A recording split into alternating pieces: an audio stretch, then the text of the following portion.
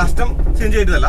പുള്ളി എന്നോട് പറഞ്ഞ ഒരു വാക്കിൽ എനിക്ക് ഭയങ്കരമായിട്ട് സ്ട്രൈക്ക് ചെയ്തു. അതായത് ഒരു 2 വീലർ ഓടിച്ച് കൊണ്ട് നടക്കുന്നത് പോലെ കൊണ്ട് നടക്കാമല്ലോ എന്നുള്ളതാണ് പറയുന്നത്. 2 വീലർ ഓടിച്ചു കൊണ്ട് നടക്കാന്ന് പറയുമ്പോൾ ഫ്യൂൽ എഫിഷ്യൻസിന്റെ കാര്യം മാത്രമേ കണ്ടു. അതായത് ഒരു ഫൺ ഫാക്ടറോ അല്ലെങ്കിൽ വണ്ടി ഓടിക്കുമ്പോഴുള്ള ഒരു ഫീലോ അങ്ങനെയുള്ള കാര്യമൊന്നുമല്ല.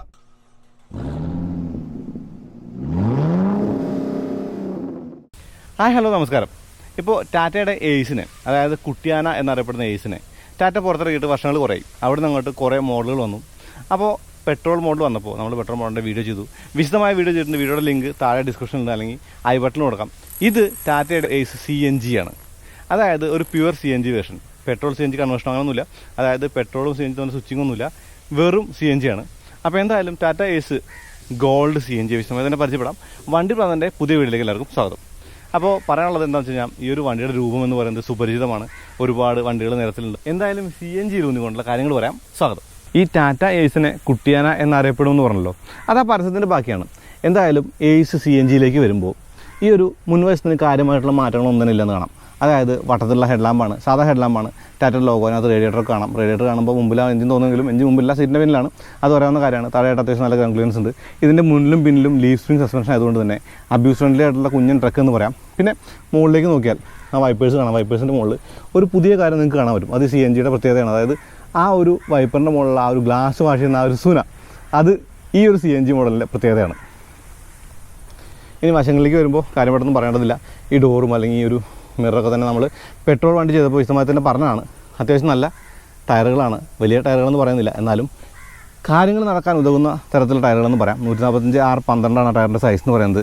ഇതിൻ്റെ മുന്നിൽ ഡിസ്കും ബാക്കിൽ ഡ്രം ബ്രേക്കുകൾ ആയതുകൊണ്ട് തന്നെ അത്യാവശ്യം നല്ലൊരു ബ്രേക്കിംഗ് എബിലിറ്റി കൂടി വണ്ടിക്ക് ഉണ്ടെന്ന് പറയാം. ബോഡി കളറല്ലോ ബമ്പർ, ബ്ലാക്ക് അല്ലേ, എന്നാലും അത്യാവശ്യം നല്ലൊരു ചന്തമുണ്ട് വണ്ടി കാണാനായിട്ട്. ഇനി ലോഡിംഗ് ബേ എന്ന് പറയുന്നത് ഫ്ലാറ്റാണ്. ഈ കുഞ്ഞു വണ്ടിയിൽ ഫ്ലാറ്റ് ലോഡിംഗ് ബേ എന്നുള്ളത് നല്ല കാര്യമാണ്. അതായത് മഡ്ഗാർഡിൻ്റെ ഭാഗം ഒന്നും പൊങ്ങി നിൽക്കുന്നില്ല എന്നാണ് പറയണത്. അപ്പോൾ ആ റിബിഡായിട്ടുള്ള ഒരു ലോഡിംഗ് ബേ കണ്ടില്ലേ. ഇതിൻ്റെ മുകളിൽ കുളത്തുകളൊക്കെ കാണാം.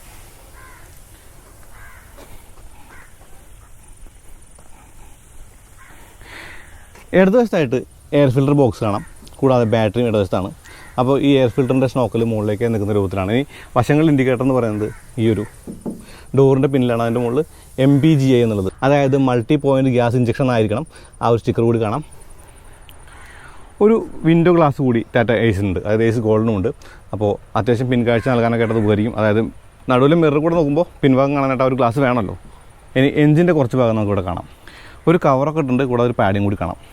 ഈ CNGയുടെ ആ ഒരു പ്രഷർ മീറ്റർ, കൂടാതെ 2 CNG ടാങ്കുകളും കാണാം. കണ്ടോ? അപ്പോൾ സ്പേസ് ശരിക്കും യൂട്ടിലൈസ് ചെയ്തിട്ടുണ്ട്. ഇനി ഒരു പ്ലാസ്റ്റിക്കിൻ്റെ ഒരു മഡ് ഗാർഡ് കാണാം. ആ ഒരു ചെറിയ വീല് കണ്ടില്ലേ, ബാക്കിലെ ഡ്രം ബ്രേക്കും അതോടെ കാണാൻ പറ്റും. അപ്പോൾ ലീഫ് സ്പ്രിംഗ് സസ്പെൻഷനും സ്പെയർ വീലും പിന്നിന്ന് കാണാൻ പറ്റും. ഇനി പാർക്കിംഗ് സെൻസേഴ്സൊക്കെ റെഗുലേഷനാണ്. കൂടാതെ ഈ ഒരു റിഫ്ലക്ടർ കൂടി കാണാം. സാധാ ഒരു ടെയിൽ ലാമ്പ് തന്നെയാണ്. കാര്യമായിട്ടുള്ള മാറ്റങ്ങളൊന്നും തന്നെ ഇല്ല, അല്ലെങ്കിൽ വ്യത്യാസമൊന്നും ഇല്ല. ഇനി ഈ ഒരു ബുഷ് എന്ന് പറയുന്നത് ഈ പിന്നിലെ ലോഡിംഗ് ബേയുടെ ഡോർ തുറന്ന് വയ്ക്കുമ്പോൾ ബോഡി തട്ടാതിരിക്കാനുള്ളതാണ്. CNG എന്നുള്ള ഒരു സ്റ്റിക്കർ ഉണ്ട്. കൂടാതെ ടാറ്റയുടെ ലോഗോ കാണാം. അത് H നിൽക്കുന്നുണ്ട്. കൂടാതെ MPGI പിന്നിലും കാണാം. തുറക്കാനൊന്നും ഒരു ബുദ്ധിമുട്ടില്ല കേട്ടോ. തുറക്കാൻ വളരെ സിമ്പിളാണ്. അതായത് ഒരു ചെറിയ എഫേർട്ട് മാത്രമേ വേണ്ടൂ.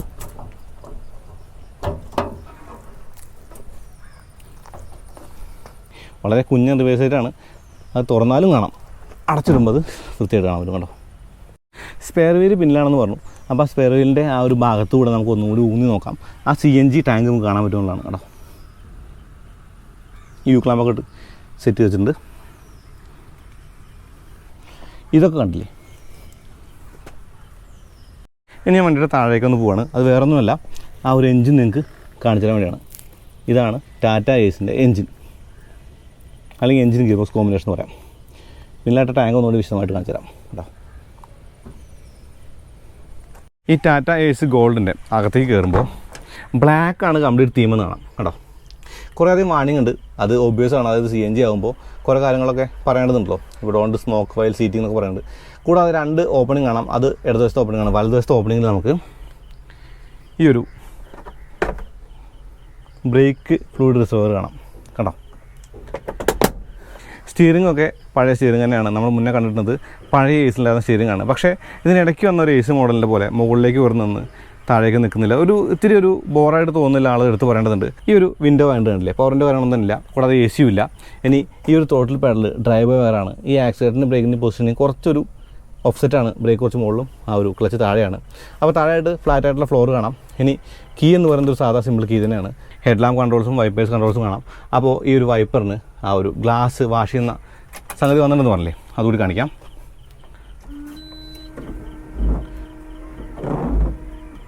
ഈ ഗ്ലാസ് വാഷ് ചെയ്യുന്നത് ആ ഒരു വൈപ്പറിൻ്റെ മുകളിലുള്ള ഗ്ലാസ് വാഷർ ഓൺ ആവുന്നത് ഇത് പുള്ളിയുമ്പോഴാണ്. പക്ഷേ കൂടെ വൈപ്പർ ഓൺ ചെയ്യണം എന്നുള്ളത്.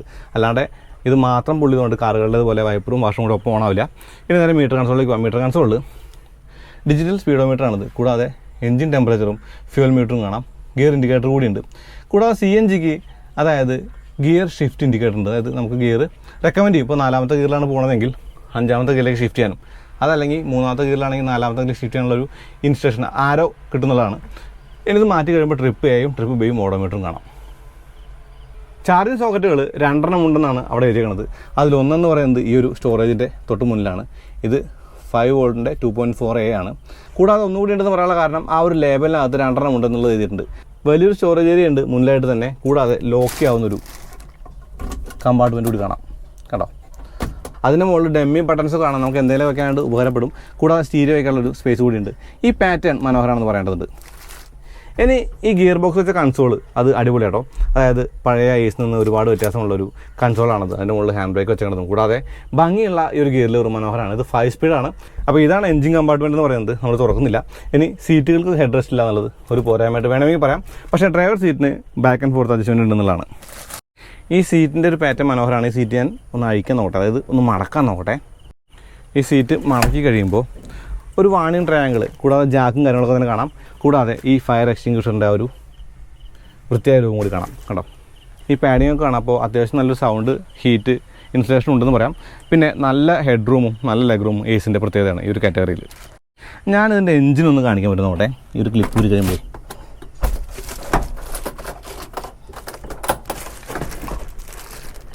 എഞ്ചിൻ കാണിക്കാൻ പറ്റില്ല. പക്ഷേ ഒരു ചെറിയ സ്റ്റോറേജ് കമ്പാർട്ട്മെൻറ്റ് സീറ്റിനടിയിലുണ്ട്. അത് മാത്രമല്ല ഈ ഒരു വൈപ്പർ ഫ്ലൂയിഡ് കൂടി ഇവിടെ കാണാം. ഈ വിൻഡോ നമുക്ക് തുറക്കാനും അടയ്ക്കാനും പറ്റും. ഇതിങ്ങനെയാണ് തുറക്കുന്നത് അടയ്ക്കുന്നത്. സീറ്റ് ബെൽറ്റുകൾ 2 സീറ്റും ഉണ്ടെന്നുള്ളതാണ്.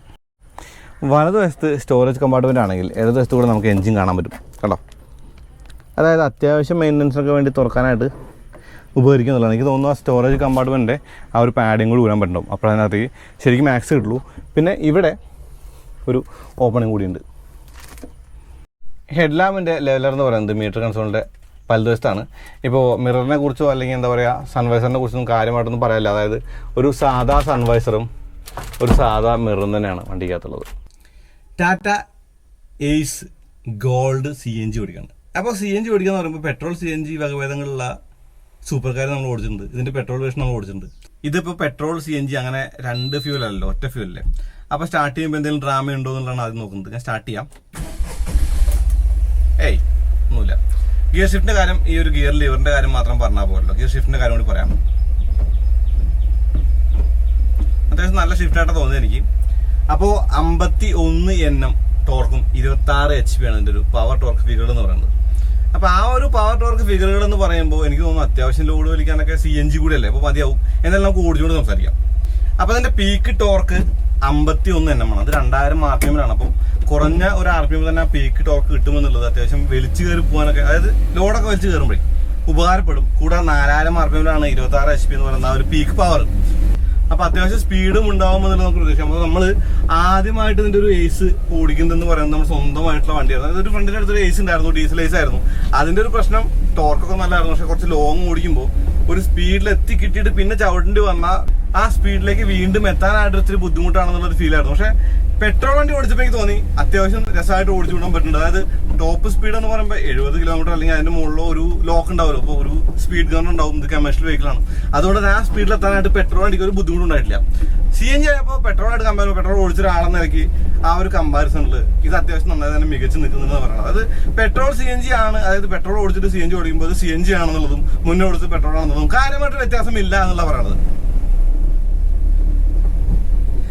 അപ്പോൾ ഓടിക്കാൻ രസമുണ്ട്. ഓടിക്കാൻ രസം എന്ന് പറയുമ്പോൾ ലോഡ് കയറി ഓടിക്കുന്നില്ല. അതായത് ലോഡ് കയറ്റി ഓടിക്കാതെ അതിന്റെ കാര്യം എന്ന് പറയുന്നത് ലോഡ് കയറ്റി ഓടിക്കുമ്പോൾ എനിക്ക് തോന്നുന്നു അത്യാവശ്യം നല്ല ലോഡ് കയറണം, വെള്ളം കയറ്റാതെ അത്യാവശ്യം നല്ല ഒരു പ്രാക്ടിക്കൽ ആയിട്ടുള്ള ലോഡ് കയറ്റി ഓടിക്കണം. അപ്പോൾ ഒരു ലോഡ് റിവ്യൂ നമുക്ക് ചെയ്യാം. ലോഡ് റിവ്യൂ ചെയ്യാന്ന് പറയുമ്പോൾ ഒരു ഓണേഴ്സ് റിവ്യൂ പോലെ നമുക്ക് ചെയ്യാം. പെട്രോളിൽ നമ്മൾ ഓണേഴ്സിന്റെ ഫീഡ്ബാക്ക് എടുത്തല്ലോ, അതുപോലെ നമുക്ക് CNG എടുക്കാം. അപ്പോൾ അങ്ങനെ ചെയ്യുമ്പോൾ അതിനെ കുറിച്ച് കൂടുതൽ പറയാൻ, CNG എന്ന് പറയുന്നത് ഫ്യൂവൽ എഫിഷ്യൻസിയും അല്ലെങ്കിൽ എന്താ പറയാ കൂടുതൽ എക്കണോമിക്കലായിട്ട് ഓടിക്കാനും വേണ്ടിയിട്ടുള്ള ഒരു വണ്ടിയായിട്ട് കണ്ടാൽ മതി. ഇപ്പോ ഒരു സുഹൃത്ത്, അടുത്ത സുഹൃത്താണ്, അദ്ദേഹം ഒരു CNG കാർ യൂസ് ചെയ്യുന്നുണ്ട്. അതായത് മാനുഫാക്ചർ ഇറക്കിയിട്ട CNG ആണ്, അല്ലാതെ കസ്റ്റം CNG ആയിട്ടല്ല. പുള്ളി എന്നോട് പറഞ്ഞ ഒരു വാക്കിൽ എനിക്ക് ഭയങ്കരമായിട്ട് സ്ട്രൈക്ക് ചെയ്തു. അതായത് ഒരു 2 വീലർ ഓടിച്ച് കൊണ്ട് നടക്കുന്നത് പോലെ കൊണ്ട് നടക്കാമല്ലോ എന്നുള്ളതാണ് പറയുന്നത്. 2 വീലർ ഓടിച്ചു കൊണ്ട് നടക്കാന്ന് പറയുമ്പോൾ ഫ്യൂവൽ എഫിഷ്യൻസി കാര്യം മാത്രമേ കണ്ടു. അതായത് ഒരു ഫൺ ഫാക്ടറോ അല്ലെങ്കിൽ വണ്ടി ഓടിക്കുമ്പോഴുള്ള ഒരു ഫീലോ അങ്ങനെയുള്ള കാര്യമൊന്നുമല്ല. ഇപ്പൊ ഡെയിലി ലൈഫിൽ പോയിന്റ് A to B പോകാനായിട്ട്, ജോലിക്ക് പോകാനായിട്ടൊക്കെ ആണെങ്കിൽ CNGയുടെ ആ ഒരു കാർ ഉപകാരപ്പെടുന്നു പറയുന്ന പോലെ എനിക്ക് തോന്നുന്നു ലോഡ് കയറ്റിയിട്ട് ഒരു ചെറിയ വണ്ടി മതി, ചെറിയ ലോഡിങ് വണ്ടി മതി. ഒരു ചെറിയ വണ്ടിയുടെ ആവശ്യമുള്ളൂ ലോഡ് കയറ്റാനായിട്ട്. ഇപ്പോൾ ചെറിയ ഷോപ്പാണ്, സാധനങ്ങൾ കൊണ്ടുപോകണം, അല്ലെങ്കിൽ അത്യാവശ്യം ഡെയിലി ഡെലിവറികൾ ഉണ്ട്. അങ്ങനെയൊക്കെ ആകുമ്പോൾ എനിക്ക് തോന്നുന്നു CNG മേക്ക് സെൻസ്. അതായത് 5,67,000 രൂപയാണ് എന്റെ എക്സ്ഷോറൂം പ്രൈസ്. അപ്പോൾ ഒരു പ്രൈസിന്റെ കാര്യം നോക്കിയാലും ആ പ്രൈസ് എന്ന് പറയുന്നത് പെട്രോൾ അല്ലെങ്കിൽ ഡീസൽ വില വെച്ച് നോക്കുമ്പോൾ എനിക്ക് തോന്നുന്നു ഇപ്പോഴത്തെ ഒരു കണ്ടീഷനിൽ മാരക വിലയാണ്. അപ്പൊ നമുക്ക് കൊണ്ടുനടക്കാൻ ബുദ്ധിമുട്ടാണ്. അപ്പോൾ ബുദ്ധിമുട്ടാണെന്ന് മാത്രമല്ല, അത് എക്കണോമിക്കലല്ല, തീരെ എക്കണോമിക്കലല്ല. പിന്നെ പെട്രോൾ അടിക്കാൻ കയറുമ്പോഴാണ് ടെൻഷൻ ആവുക. 5 ലിറ്റർ പെട്രോൾ 500 രൂപയ്ക്ക് കിട്ടില്ലെന്ന അവസ്ഥയ്ക്ക് എത്തിയിട്ടുണ്ട്. ഇപ്പം അപ്പോൾ CNG ഒരു നല്ല ഓപ്ഷനാണ്. ചെറിയൊരു ബിസിനസ് സംരംഭകർക്കും അല്ലെങ്കിൽ ചെറിയ ഷോപ്പുകൾ ആളുകൾക്കും ഡെലിവറിക്കും ഒക്കെ എനിക്ക് തോന്നുന്നു മികച്ച ഒരു ഓപ്ഷനായിട്ട് ഈ ഒരു വണ്ടിയെ കാണാം. അപ്പൊ അതാ പറയാനുള്ളത്. ഇപ്പോൾ ഫ്യൂവൽ എഫിഷ്യൻസി തന്നെയാണ് ഇതിന്റെ ഒരു ബേസിക് കാര്യം. അതായത് അതാണ് ഇതിന്റെ മെയിൻ ഫാക്ടർ എന്ന് പറയുന്നത്. പിന്നെ പവർ സ്റ്റിയറിംഗ് അല്ല എന്നുള്ളതും AC ഇല്ല എന്നുള്ളതും ഒരു പ്രശ്നമായിട്ട് തോന്നാം. പക്ഷെ സ്റ്റിയറിംഗിന് അത്ര വലിയ പ്രശ്നങ്ങളൊന്നുമില്ല, ഈസി ആയിട്ട് നമുക്ക് ഓടിക്കാൻ പറ്റുന്നുണ്ട്. ഒരു പവർ സ്റ്റിയറിംഗിന്റെ കുറവ് ഫീൽ ചെയ്യുന്നൊന്നുമില്ല വണ്ടി എടുത്തു കഴിയുമ്പോൾ. ഇപ്പൊ സ്റ്റാൻസിലായിട്ട് ഓടിക്കുമ്പോൾ നമുക്ക് തോന്നും പവർ സ്റ്റിയറിംഗ് ഉണ്ടായിരുന്നു നന്നായിരുന്നു എന്നുള്ളത്. പക്ഷെ വണ്ടി എടുത്ത് യാത്ര തുടങ്ങി കഴിയുമ്പോൾ ആ സ്റ്റിയറിംഗിന്റെ ആ ഒരു പ്രശ്നമൊക്കെ മാറും. നമുക്ക് അങ്ങനെ പവർ സ്റ്റിയറിംഗിന്റെ ആവശ്യമൊന്നും തീരെ തോന്നില്ല. പിന്നെ ലൈറ്റ് ക്ലച്ചാണ്, മുന്നിൽ ഡിസ്കും ബാക്കിൽ ഡ്രമ്മും ബ്രേക്ക് ആയതുകൊണ്ട് തന്നെ അത്യാവശ്യം നല്ല കോൺഫിഡൻസ് ബ്രേക്കാണ്. അപ്പൊ നമുക്ക് ലോഡ് കയറ്റി ഓടിക്കുമ്പോൾ ബ്രേക്ക് ചവിട്ടുമ്പോൾ ആ ഒരു കോൺഫിഡൻസ് ഒക്കെ തരുന്നുണ്ട്. പിന്നെ മുമ്പത്തെ ഏസിന്റെ കാര്യം പറയുമ്പോൾ സീറ്റ് അല്ലെങ്കിൽ സ്റ്റിയറിംഗ് കോമ്പിനേഷനിൽ ഈ സ്റ്റിയറിംഗ് കുറച്ച് ഉയർത്തി വെച്ച ഒരു പ്രശ്നം ഉണ്ടായിരുന്നു. അത് മാറ്റിയിട്ട് ഇപ്പോൾ ശരിക്കും സാധാ പൊസിഷനിലേക്ക് എത്തി. അപ്പോൾ സ്റ്റിയറിംഗ് നല്ല കംഫർട്ടബിൾ ആയിട്ട് നിന്ന് പിടിക്കുന്ന ആ ഒരു സംഗതി തന്നെയാണ്. പിന്നെ എടുത്തുകൊണ്ടൊരു ഗിയർ ഷിഫ്റ്റ് ആണ്. ഗിയർ ഷിഫ്റ്റ് എനിക്ക് നല്ലൊരു ഗിയർ ഷിഫ്റ്റിന്റെ സ്വഭാവമായിട്ട് തന്നെയാണ് തോന്നിയത്. അതായത് ഈ ഒരു ഷിഫ്റ്റർ ലിവർ മാത്രമല്ല ഞാൻ പറയുന്നത്, കേബിൾ ഷിഫ്റ്റർ ആയതുകൊണ്ട് തന്നെ എനിക്ക് കാറുകളുടേത് പോലെ ഷിഫ്റ്റ് ചെയ്യാൻ പറ്റുന്നുണ്ട് എന്നുള്ളത് പറയുമ്പോഴും അതിൽ അതിശയോക്തി ഒന്നും പറയേണ്ടതില്ല. പിന്നെ മിററുകളൊക്കെ നല്ല അത്യാവശ്യം കാഴ്ചകളൊക്കെ തരുന്ന വലിയ മിററുകളൊക്കെ തന്നെയാണ്. പിന്നെ വലിയ ഗ്ലാസ് ഏരിയ ആയതുകൊണ്ടും നമുക്ക് നന്നായി തന്നെ കണ്ടുകൊണ്ട് ഓടിക്കാമെന്നുള്ളതുകൊണ്ടും ഇപ്പോൾ ഒരു പുതിയ ഡ്രൈവർക്ക്, അപ്പോൾ CVകൾ ഓടിക്കുന്ന ഒരു പുതിയ ഡ്രൈവർക്ക് കൂടി ഈ ഒരു ഏസ് റെക്കമെൻഡ് ചെയ്യാമെന്നുള്ളതാണ്. ഇനി സീറ്റ് കംഫർട്ടബിൾ ആണ്, ഹെഡ് റെസ്റ്റ് ഇല്ല ഇവന്തോ. അപ്പോൾ ഇരിക്കാനും നല്ല രസമൊക്കെ ഉണ്ട്. ഇപ്പൊ നമ്മൾ അപ്രൈസ് പൊസിഷനിലാണ് ഇരിക്കുന്നത്. അതായത് ഓൾമോസ്റ്റ് വെർട്ടിക്കലാണ് ഇതിന്റെ ഒരു ചാരം എന്ന് പറയുന്നത്. അതൊന്ന് അഡ്ജസ്റ്റ് ചെയ്യാൻ പറ്റും നമുക്ക്. അതായത് മുന്നിലേക്ക് അനക്കുന്ന ആ ഒരു ലിവർ പിടിച്ച് തന്നെ ഒന്നുകൂടി പിന്നിലേക്ക്, പക്ഷെ ആ ഗ്ലാസിനെ കൂടെ തട്ടുമെന്നല്ലേ ഉള്ളൂ.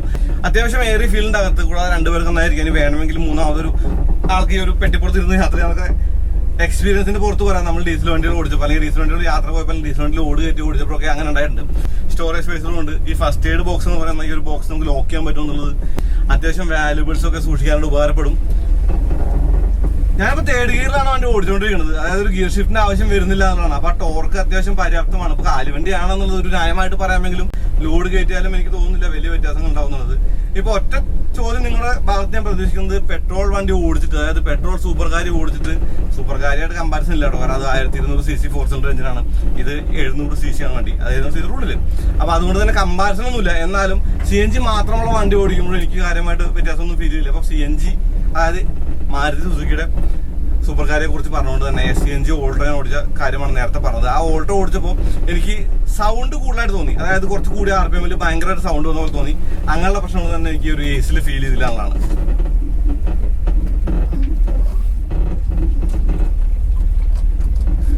ഇനി പെർഫോമൻസിനെ കുറിച്ച് പറയുമ്പോൾ 70 കിലോമീറ്ററാണ് ടോപ്പ് സ്പീഡ്. അത് ലിമിറ്റഡ് ആണ്.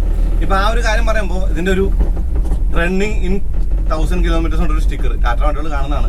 ഫസ്റ്റ് ഗിയറിൽ 10, 2ാമത്തെ ഗിയറിൽ 20, 3ാമത്തെ ഗിയറിൽ 40, 4ാമത്തെ ഗിയറിൽ 55, 5ാമത്തെ ഗിയറിൽ 70. അപ്പൊ ആ 70 കിലോമീറ്റർ സ്പീഡ് 5ാമത്തെ ഗിയറിൽ റണ്ണിങ്ങിൽ മാത്രമല്ല എനിക്ക് തോന്നുന്നു ഡെയിലി ഡ്രൈവിലും പറ്റും. കാരണം 70-ന് പുറത്ത് വണ്ടി പോയില്ലോ. അപ്പൊ ആ ഒരു സംഗതി കീപ്പ് ചെയ്ത് ഓടിച്ചാൽ അത്യാവശ്യം നല്ല ഫ്യൂൽ എഫിഷ്യൻസി കൂടി കിട്ടുമെന്നുള്ളതാണ്. 70 കിലോ ആണ് ഇതിന്റെ ഒരു ടാങ്ക് കപ്പാസിറ്റി. കിലോ എന്ന് പറയുമ്പോൾ ശ്രദ്ധിക്കാം, ഇത് CNG ആണ്, പെട്രോൾ ഡീസൽ അല്ലല്ലോ. 29% ഗ്രേഡബിലിറ്റി കൂടി ടാറ്റ ഏസ് ഗോൾഡ് CNGക്ക് ടാറ്റ മോട്ടോഴ്സ് പറയുന്നുണ്ട്. ഇപ്പൊ സ്റ്റിയറിംഗ് ഒക്കെ അത്യാവശ്യം നല്ല കംഫർട്ടബിൾ ആയിട്ടുള്ള പൊസിഷൻ ആയതുകൊണ്ട് തന്നെ ഓൾ ഡേ ലോങ് നമുക്ക് ലോഡ് എടുത്ത് ഓടിച്ചുകൊണ്ട് നടന്നാലും വലിയ അലോസരങ്ങളൊന്നും ഇല്ലാതെ കൊണ്ടുനടക്കാൻ പറ്റുന്ന ഒരു വണ്ടി എന്ന് തന്നെയാണ് ടാറ്റ ഏസ് ഗോൾഡ് CNG പറയുന്നത്. അപ്പൊ പെട്രോൾ CNG കൺവേർഷനുകൾ നടക്കുന്ന കാലമാണ്. പെട്രോൾ CNG വണ്ടികളുണ്ട്, അതായത് 2 ഫ്യൂലുള്ള വണ്ടികളുണ്ട്. അക്കൂട്ടത്തിലേക്ക് ഏറ്റവും പുതിയ എൻട്രി ആയിട്ട് വന്നിട്ടുള്ള Tata Ace Gold pure CNG നല്ലൊരു വണ്ടിയാണ്, അതാണ് പറയാനുള്ളത്. അപ്പോ ചെറിയൊരു ബിസിനസ് സംരംഭമാണ്, അല്ലെങ്കിൽ ഡെയിലി ഡെലിവറീസ് ആണ്. ഡെയിലി കുറച്ച് ദൂരം ഓടിക്കണം. ഫ്യൂവൽ എഫിഷ്യൻസി മസ്റ്റ് ആണ്, അതായത് കുറഞ്ഞ മൈലേജ് ഒന്നും പോരാ. ഇപ്പോ അത്യാവശ്യം ഫ്യൂവൽ എഫിഷ്യൻസി കിട്ടിയില്ലെങ്കിൽ മുതലാവില്ല എന്നുള്ള ആളുകളൊക്കെ ആണെങ്കിൽ, അങ്ങനെയുള്ള ബിസിനസ് സംരംഭമൊക്കെ ആണെങ്കിൽ എനിക്ക് തോന്നുന്നു നിങ്ങൾക്ക് ഏറ്റവും നന്നായി ചേരുന്ന ഒരു വണ്ടി എന്ന് തന്നെ ഈ ഒരു ഏസ് ഗോൾഡ് CNG പറയാം. അപ്പൊ അതാ പറയാനുള്ളത്. അപ്പൊ പതിവ് പോലെ ഒരു വീഡിയോ ഉപയോഗപ്പെട്ടെന്ന് തന്നെ കരുതണം. അങ്ങനെ ചാനൽ സബ്സ്ക്രൈബ് ചെയ്യാൻ മറക്കരുത്. പിന്നെ ബെല്ലിലേക്ക് കൂടി ക്ലിക്ക് ചെയ്യണം, എന്നാലേ നോട്ടിഫിക്കേഷൻ ലഭിക്കുള്ളൂ. അതുപോലെ Instagram page, Facebook like follow ചെയ്യുക. നിങ്ങളുടെ ലൈക്കും ഷെയർ ചെയ്യണം നമ്മുടെ എന്തെന്ന് പറയുന്നത്. അപ്പോൾ ഇതിന്റെ ഫ്യൂവൽ എഫിഷ്യൻസി ഫിഗറും വിലയും ഞാൻ ഡിസ്ക്രിപ്ഷനിൽ കൊടുക്കാം. അതായത് ഈ വണ്ടി ഒഫീഷ്യലി ലോഞ്ച് ആയിട്ടുള്ളൂ. അപ്പൊ അതിന്റെ കാര്യങ്ങളൊന്നും തന്നെ പുറത്ത് വിടുന്നതിന് മുന്നെയാണ് നമുക്ക് വണ്ടി ഓടിക്കാൻ കിട്ടിയത്. അതുകൊണ്ട് തന്നെ ഇതിന്റെ ആ കാര്യങ്ങളൊക്കെ ഞാൻ ഡിസ്ക്രിപ്ഷനിൽ കൊടുക്കാം. അപ്പൊ അത്രേ ഉള്ളൂ. അടുത്തോട്ട് വീണ്ടും വരാം. അതുവരേക്കും നന്ദി, നമസ്കാരം.